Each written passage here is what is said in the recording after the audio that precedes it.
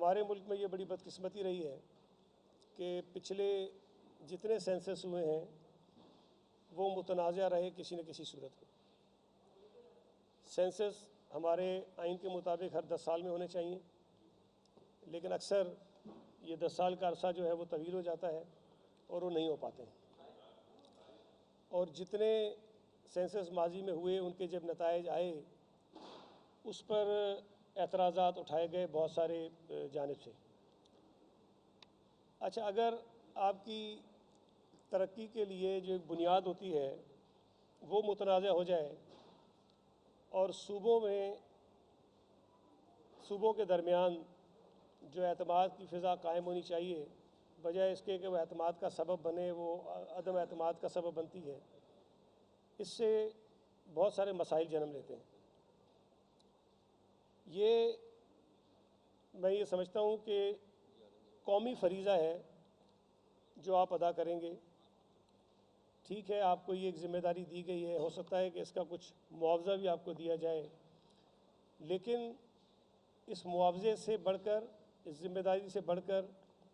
आपको ये काम एक कौमी फरीज़ा समझ कर करना है। और चूँकि आप सूबा सिंध में इस सेंसस शामिल होंगे तो यहाँ आपकी ज़िम्मेदारी इसलिए बढ़ जाती है कि सूबा सिंध के एतराज़ात हमेशा सबसे ज़्यादा रहे हैं। ये मौका है आपके लिए भी, हुकूमत पाकिस्तान के लिए भी, हम सब के लिए भी, और ख़ास तौर पे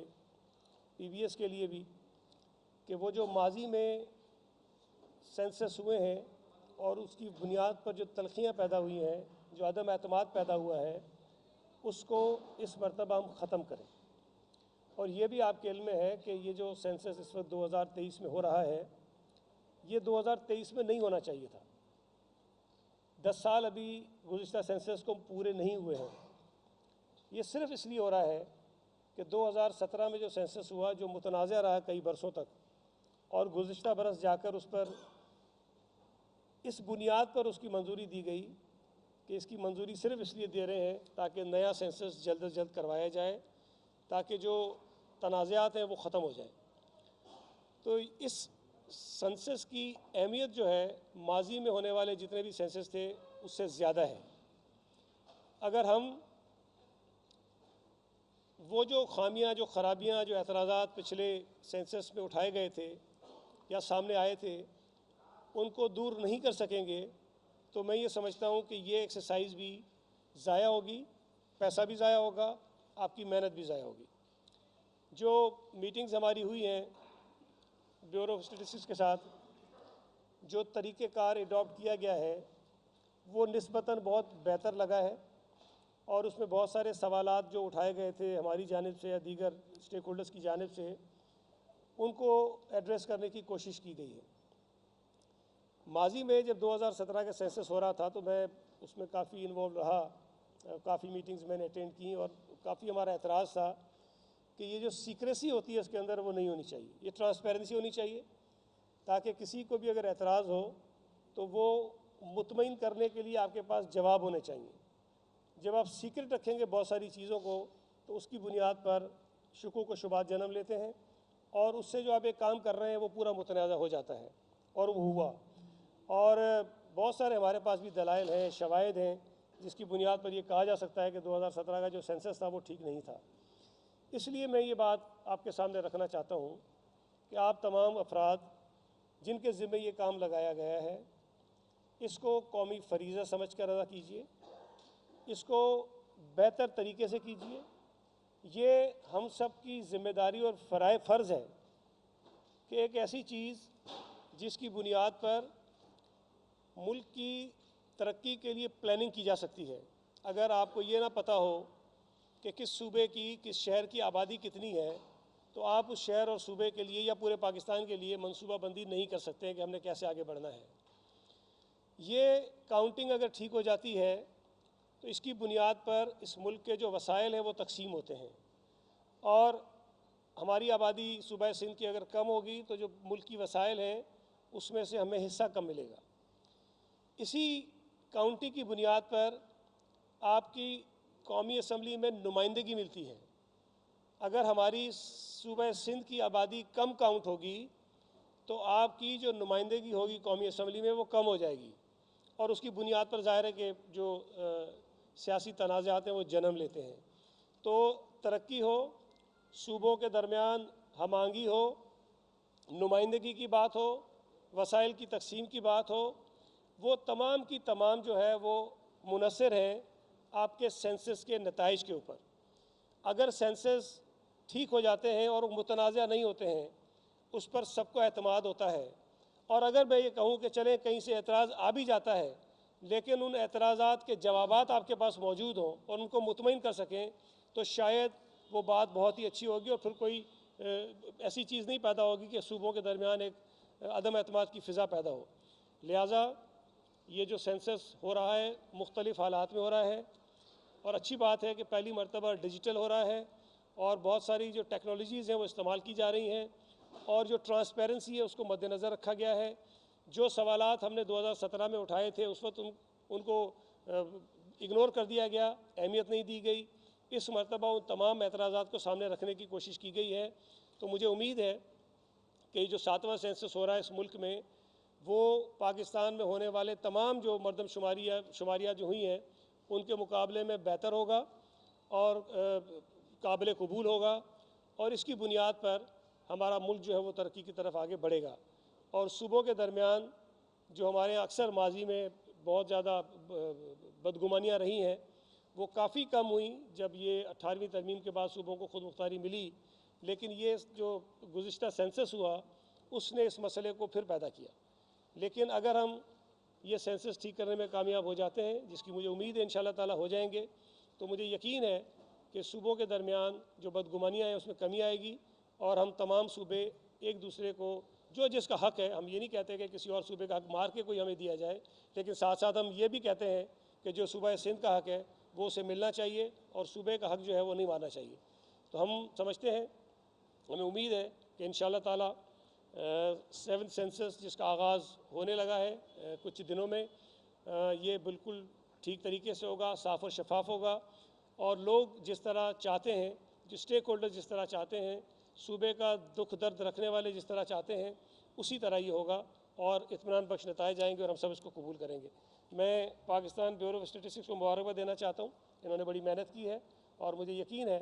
कि हम सब मिलकर, चूँकि ये एक इदारा है, इदारे में कामों की तादाद बहुत महदूद है, ये काम बहुत बड़ा है जिसमें यकीनी तौर पर बाकी इदारों के लोगों को शामिल किया गया है। हमें इनकी मदद करनी चाहिए, इनके साथ चलना चाहिए, इनके अगर कहीं कहीं प्रॉब्लम्स आते हैं तो इन प्रॉब्लम्स को हमें रिजॉल्व करने की कोशिश करनी चाहिए। सूबा सिंध की हुकूमत जहाँ जहाँ इनको ज़रूरत पड़ेगी, इनकी मदद की हमें मदद करने की ज़रूरत पड़ेगी, हम इंशाअल्लाह ताला इनकी मदद के लिए मौजूद रहेंगे और हम इस बात को यकीनी बनाने की कोशिश करेंगे कि इससे सेंसस जो है वो खुश उसलूबी से हो जाए, ठीक तरीके से हो जाए। और जो एक एतराज़ उठाया जाता है कभी कराची के रिहायशियों की जानिब से कि हमारी काउंटिंग ठीक नहीं होती, सूबा सिंध की जानिब से कि हमारी काउंटिंग ठीक नहीं होती, वो इस मरतबा जो शिकायत है वो नहीं होगी। बहुत बहुत शुक्रिया आपका। जी जी कर लें।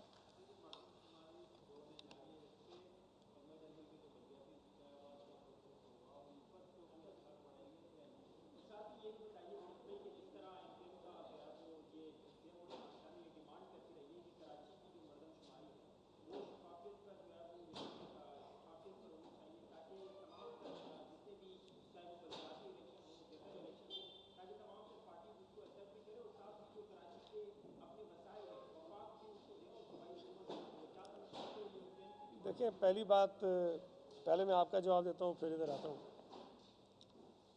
जो सवाल आपने किया उसकी तफसील तो मैंने बताई कि जो सेंसस है उसके क्या ज़रूरत उसकी क्यों होती है और वो शफाफ और ट्रांसपेरेंट क्यों होना चाहिए, ठीक है। लेकिन एक जो बात आपने कही मैं ज़रा आपको थोड़ा करेक्ट कर दूँ कि जमात इस्लामी और एमक्यूएम का एतराज़ इस पर इतना नहीं था। सबसे ज़्यादा एतराज़ जो था वो पीपल्स पार्टी का था, सिंध हुकूमत का था, और हमने सिर्फ मीडिया में खड़े होकर बयानात नहीं दिए, हमने अमली तौर पर प्रोटेस्ट भी की इस पर। और ये भी मैं आपको बता दूं कि जो CCI का इजलास हुआ था जिसमें गुज़िश्ता सेंसस की मंजूरी दी गई, पाकिस्तान की तारीख़ में पहली मरतबा ये हुआ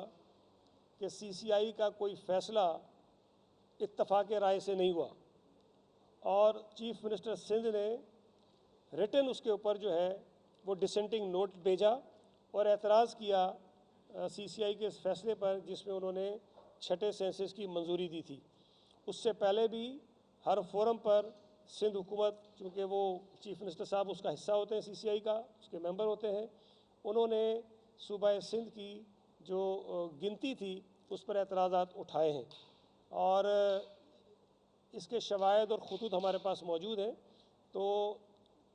सूबा सिंध के हवाले से मेरा ये ख्याल है कि तमाम सियासी जमातें, चाहे वो इवन PTI भी इस पर एतराज़ उठाती रही, इवन PMLN भी इस पर एतराज़ उठाती रही, वो जमातें जो सिंध में बैठी हैं, सियासत कर रही हैं, उन सब का ये कहना था कि सेंसस जो था, छठा सेंसस जो था वो ठीक नहीं था। तो ये किसी एक आध जमात का इशू नहीं था। हमने शायद सबसे ज़्यादा वोकल होकर इस पर बात की थी पीपल्स पार्टी ने। दूसरी जो बात आपने की कि सेंसस की वजह से बल्दियाती इलेक्शंस पर कोई असर पड़ेगा, बिल्कुल नहीं पड़ेगा। मैं आपको ये बता दूं कि सेंसस की वजह से इलेक्शंस नहीं रुकते हैं। सेंसस होने के बाद इलेक्शन कमीशन इस बात का पाबंद होता है होने के बाद कि वो नई हल्काबंदी करे, और वो उस वक्त होता है जब सेंसस का पूरा अमल मुकम्मल हो जाए, CCI से इसकी मंजूरी हो जाए और जो नताइज होते हैं सेंसस के वो नोटिफाई हो जाएं। उसके बाद एक मखसूस मुद्दत होती है जिसमें इलेक्शन कमीशन को नई हल्काबंदी करनी होती है।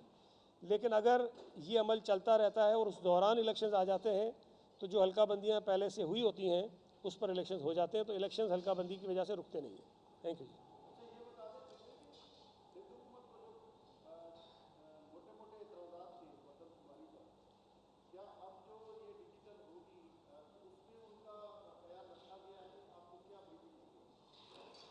देखिए, पहले जो छठा सेंसस हुआ था उसमें आपके इल्म में है कि जब वो मरदमशुमारी का अमल जारी था, सिंध हुकूमत का उस वक्त भी मौक़िफ़ था कि जो कंसर्न असिस्टेंट कमिश्नर्स हैं वो उनके साथ काम कर रहे थे, लेकिन जो डेटा कलेक्ट किया जाता था वो शेयर नहीं होता था, असिस्टेंट कमिश्नर के ऑफिस से भी नहीं होता था, सूबाई हुकूमत से भी नहीं होता था। और जो टीमें मुख्तलिफ़ इलाकों में जाकर ये मरदमशुमारी का अमल कर रही थी, उनको अगर कोई शख्स जाकर बताता था कि ये आप गलत कर रहे हैं तो उनको रोक दिया जाता था, बाज़ मकामात पर गिरफ़्तार कर लिया गया उनको। तो ये मकसद था कि आप निशानदेही भी अगर करें किसी खामी की तो वो भी आपका जुर्म बन जाता था। इस मरतबा जो मरदमशुमारी का अमल है उसमें ट्रांसपेरेंसी रखी गई है और जो सूबाई हुकूमत है उसके साथ रियल टाइम जो डेटा शेयरिंग है वो भी रखा गया है। और एक दो और चीज़ें हम इनसे बात कर रहे हैं, उसमें ये भी है कि अगर मेरे घर पर आकर काउंटिंग की जाती है तो मुझे ये पता होना चाहिए कि मेरे घर के कितने अफराद काउंट किए गए हैं। अब अगर मुझसे भी खुफिया रखेंगे तो फिर तो ज़ाहिर है कि सवालात उठेंगे ना। तो ये चीज़ें जो है उसमें तब्दीली की गई और मुझे यकीन है कि जो नीयत नज़र आ रही है